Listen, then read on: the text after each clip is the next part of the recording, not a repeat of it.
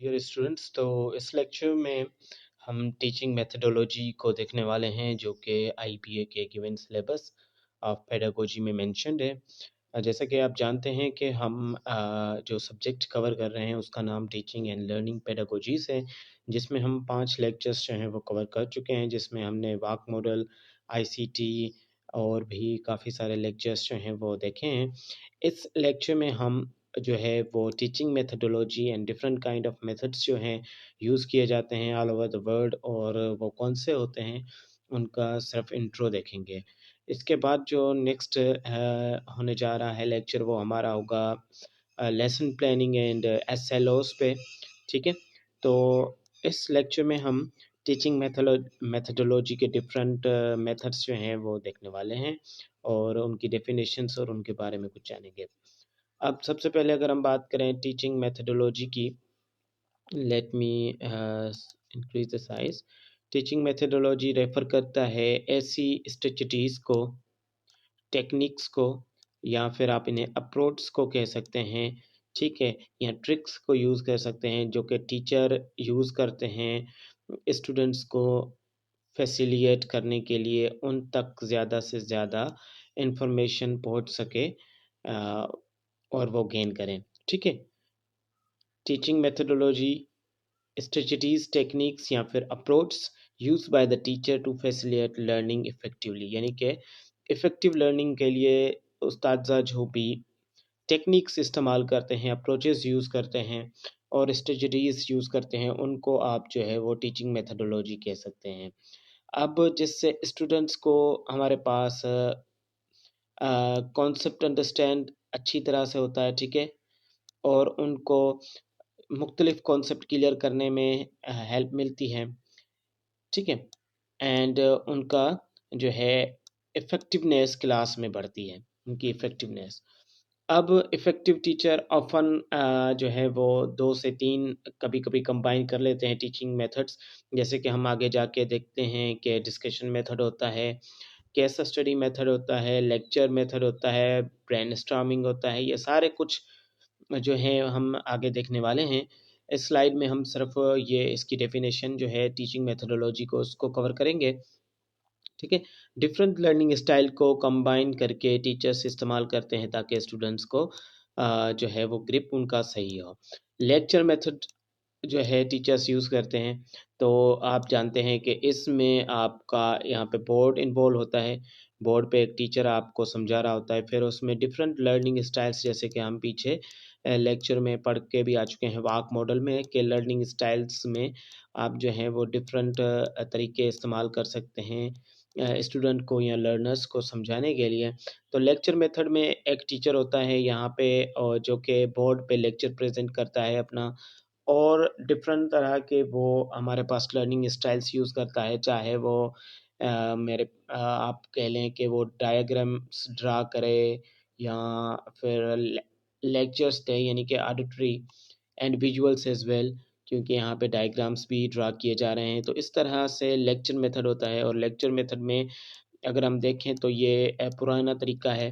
ठीक है, और ये पुरानी अप्रोच है। The lecture method is traditional teaching approach, जिसमें टीचर वर्बली प्रेजेंट करता है अपनी इंफॉर्मेशन को, जबकि स्टूडेंट्स क्या करते हैं उसको सुनते हैं और नोट डाउन करते हैं। ठीक है, ये ट्रेडिशनल और मोस्ट, और ये ऑलमोस्ट हमारे पास 80% ये चलता आ रहा है और अभी भी चलता है। ठीक है, 80% वर्किंग फार्मूला जो है वो इसको कहते हैं। ये यहाँ पे लिखा नहीं हुआ, लेकिन एडवांस पेडागोजी के लेक्चर्स में आपको कितना रेशो किसका कितना ज़्यादा है वो भी बता दिया जाता है बीएड के क्लासेस में।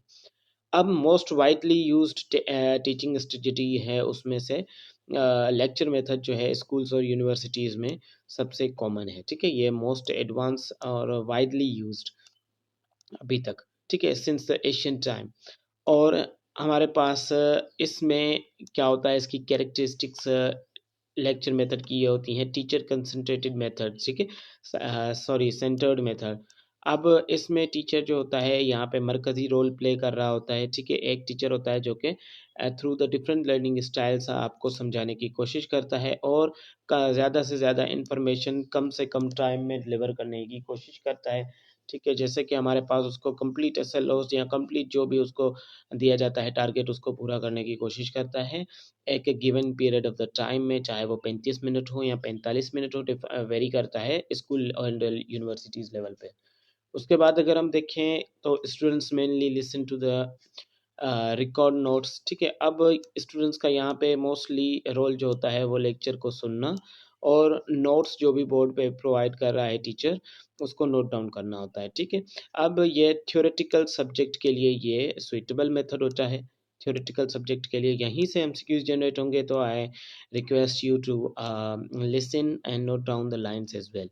अब इसका प्रोसीजर आप सब जानते हैं। टीचर एक इंट्रोड्यूस करवाता है टॉपिक बोर्ड पे और उनके कॉन्सेप्ट्स जो है वो एक्सप्लेन करता है, थ्योरेटिकली वर्बली बताता है और सिस्टमेटिकली उस लेक्चर को एंड करता है। अब इसमें डिफरेंट तरह के आपको एग्जांपल्स भी, इलस्ट्रेशंस और एक्सप्लेनेशन प्रोवाइड करता है और जिसको स्टूडेंट क्या करते हैं, नोट डाउन करते हैं और उससे क्वेश्चन आंसर्स भी पूछे जा सकते हैं जिसके कॉन्सेप्ट्स क्लियर नहीं है। इसके बाद हम यूज़ करते हैं डिस्कशन मेथड। डिस्कशन मेथड में आप देख सकते हैं यहाँ पे एक ग्रुप है, इसमें आप टीचर्स को भी इन्वॉल्व कर सकते हैं, जिसमें कंबाइनली आप क्या कर सकते हैं, डिस्कस कर सकते हैं जो भी एक टॉपिक है उसको बारी बारी डिस्कशन मेथड, यानी कि आप एक टॉपिक शेयर दें ग्रुप में जिसको डिस्कस किया जाएगा। अब इसको अगर आप देखें डेफिनेशन के हिसाब से, तो इसमें हमारे पास interactive exchange of ideas between the student and the teachers, ठीक है। ये मेन डेफिनेशन है बच्चों इसकी।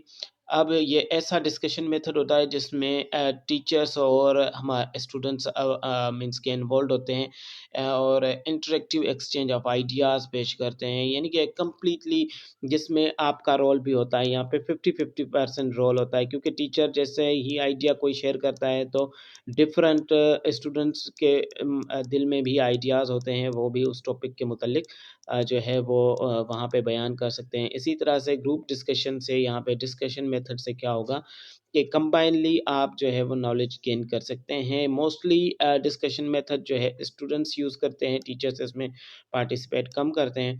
अब इससे हमारी क्रिटिकल थिंकिंग और एक्टिव पार्टिसिपेशन जो है वो ज़्यादा बढ़ती है। तो ये मेन पॉइंट हैं इस डेफिनेशन के।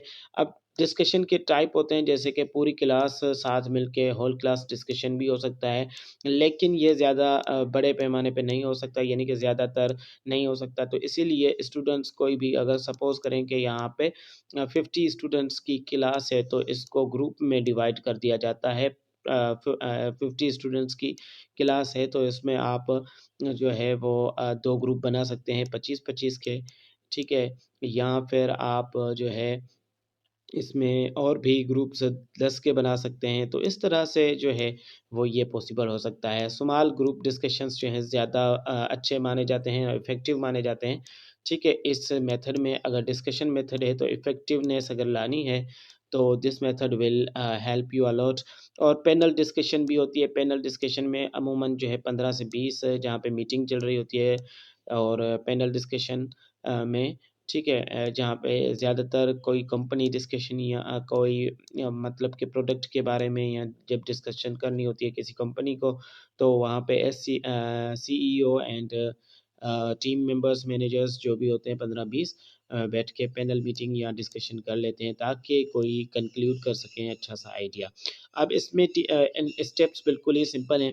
टीचर इंट्रोड्यूस करवाता है एक टॉपिक को या प्रॉब्लम को, या कोई आपका लीडर होगा ग्रुप का, वो इंट्रोड्यूस करवाएगा जिस पे डिफरेंट स्टूडेंट्स जो हैं अपने व्यूज़ पेश करेंगे। अब स्टूडेंट्स इसमें शेयर आइडिया करेंगे, अपने ओपिनियंस शेयर करेंगे, जो भी जिसने स्टडी करके रखा है या मुतल्ला करके रखा है उसके रिगार्डिंग। अब यहाँ पे teacher as a moderator, moderator भी काम कर रहा है उस डिस्कशन में, ठीक है। मॉडरेट करेगा जिसकी जो पॉइंट गलत है या सही नहीं है, ठीक है, तो उसको मॉडरेट करेगा उस ग्रुप को। अगर की पॉइंट्स सरप्राइज़ यहाँ पे ये भी जिसका आइडिया अच्छा होगा उसको समराइज़ करके उसको ही लिया जाएगा। अब इसमें क्रिटिकल थिंकिंग डेवलप होती है, पार्टिसिपेशंस भी जो है वो इंक्रीज़ होती हैं और कम्युनिकेशन स्किल्स बढ़ती हैं एक ग्रुप डिस्कशन में, ठीक है। इसी तरह से स्टूडेंट्स को हेल्प मिलती है अपने आइडियाज़ में। उसके बाद हमारे पास अगर हम देखें, इसमें है नेक्स्ट हमारे पास डेमोन्स्ट्रेशन मेथड है। डेमोन्स्ट्रेशन मेथड आप यहाँ पे देख सकते हैं कि एक टीचर ने कोई टॉपिक लिया हुआ है और ये सारा इस बच्चों को जो है वो समझाना है, डेमोन्स्ट्रेट करना है, ठीक है। इस in this demonstration method teacher क्या करेगा, show something, shows how something works, कैसे कोई चीज़ काम करती है, परफॉर्म करे एक्सपेरिमेंट्स उसमें, चाहे वो प्रोसेस कर process or active while students observe, ठीक है। यहाँ पे स्टूडेंट्स क्या करेंगे, ऑब्जर्व करेंगे और इस टीचर ही क्या करेगा, कोई काम परफॉर्म करेगा, ठीक है। की फीचर्स क्या हैं, combine theory with the practical explanations, इसमें आपके थ्योरेटिकल और प्रैक्टिकल काम भी साथ साथ आता है, ठीक है, इस मेथड में, डेमोन्स्ट्रेशन मेथड में। और students learn through the observation, और स्टूडेंट्स क्या करेंगे, ऑब्जर्वेशन से सीखेंगे। अब इसको अरेंज करने के स्टेप्स भी बिल्कुल सिंपल हैं। टीचर क्या करेगा, टॉपिक को एक्सप्लेन भी करेगा, यानी कि डेमोन्स्ट्रेट भी करेगा, और उसे प्रैक्टिकली ऑब्जेक्टिवली भी परफॉर्म करेगा, ऑब्जेक्ट्स के साथ भी परफॉर्म करके दिखाएगा। अब इसमें मटेरियल्स एंड टूल्स यूज़ होंगे, वो भी प्रिपेयर किए जाएंगे, डेमोन्स्ट्रेशन जो है परफॉर्म की जाएगी स्टेप बाय स्टेप। अब स्टूडेंट्स ऑब्जर्व इसको केयरफुली करेंगे एंड लर्न भी करेंगे, जो वो थ्रू द ऑब्जर्वेशन करेंगे। Discussions and conclusion follows. अब एडवांटेज इसके बहुत ज़्यादा हैं, जैसे कि इस makes learning clear and concentrate, increase the means के स्टूडेंट इंटरेस्ट भी बढ़ता है इसमें, क्योंकि दो टीचिंग स्टाइल्स इसमें इन्वॉल्व होते हैं। उसके बाद अगर हम बात करें तो अंडरस्टैंडिंग नेक्स्ट लेवल की हो जाती है, क्योंकि प्रैक्टिकली वो कॉन्सेप्ट जो है वो एक्सप्लेन किया जाता है, इस वजह से।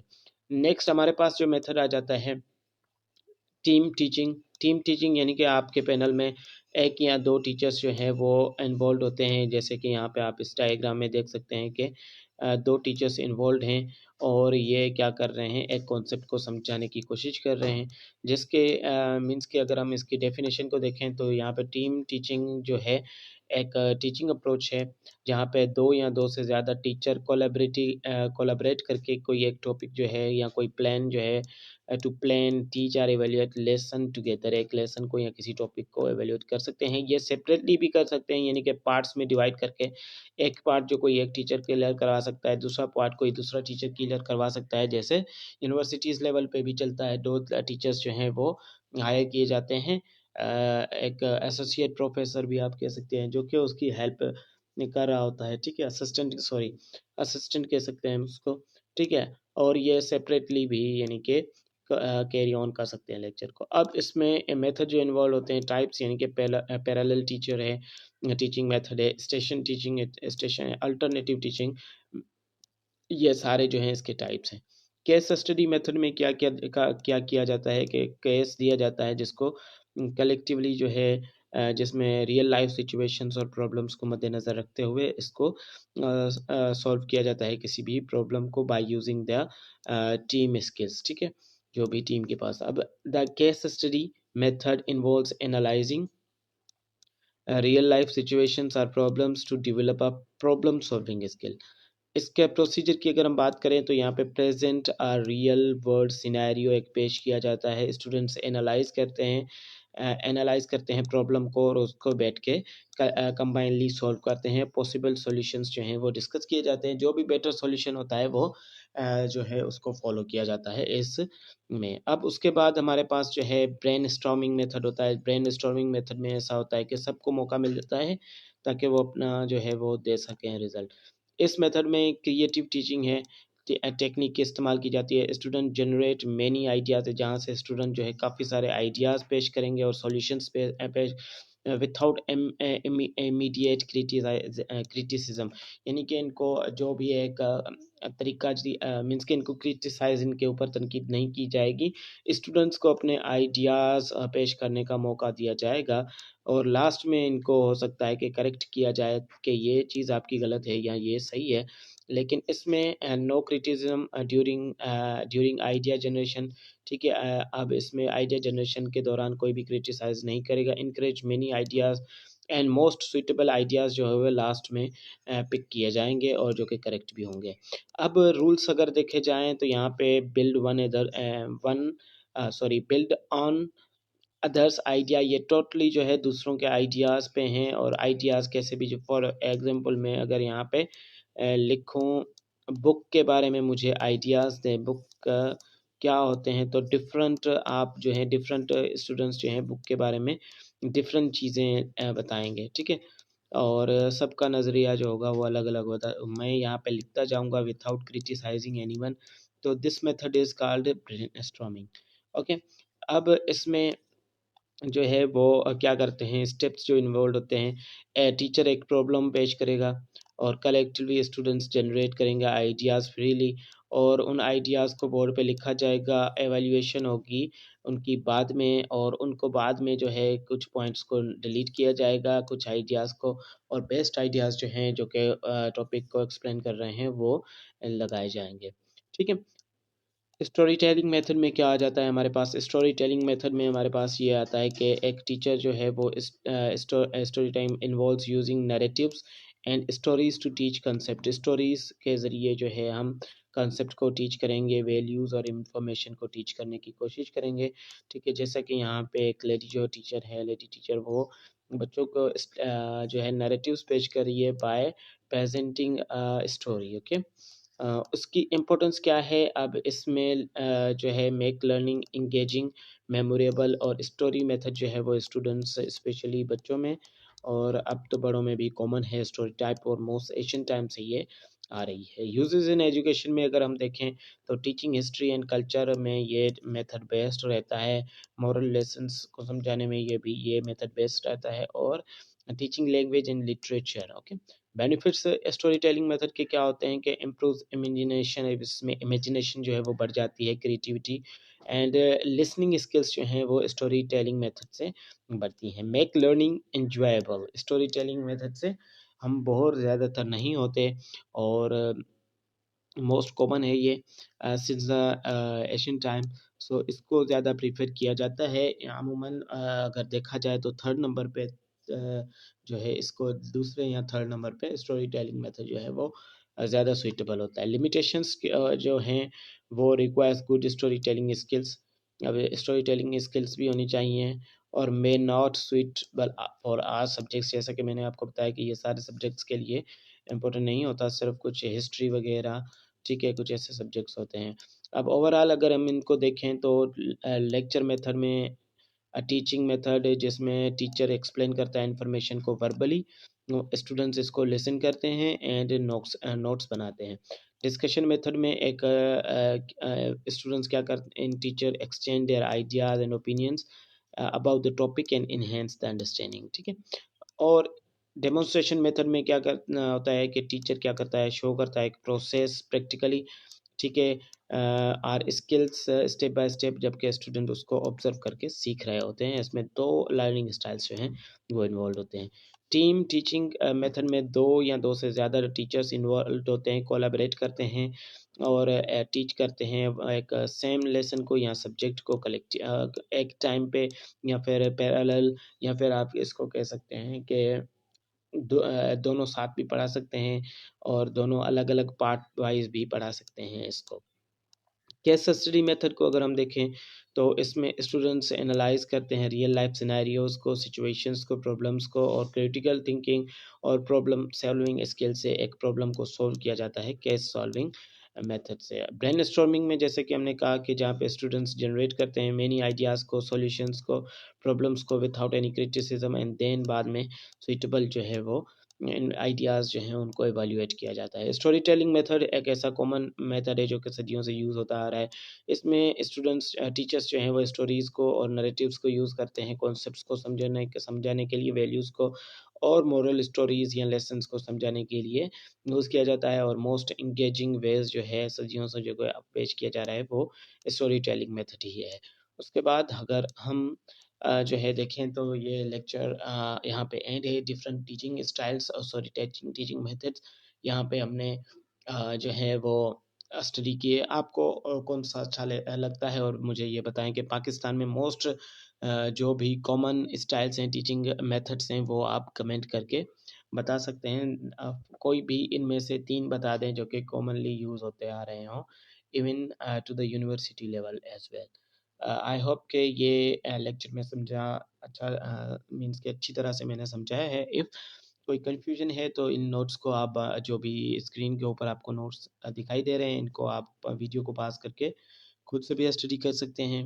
ठीक है, these are the 7 to 8 teaching method जो कि आपको बीएड में और पेडागोजी में पढ़ाए जाते हैं, और उसके अलावा अपकमिंग जो भी आपकी टेस्ट है, जेएसटी हो या बीएसटी जो भी है, जिसमें pedagogy as a main subject है, उसके लिए ये बहुत ही अच्छा होगा। तो मिलते हैं नेक्स्ट लेक्चर में। टेक केयर एंड अल्लाह हाफ़िज़।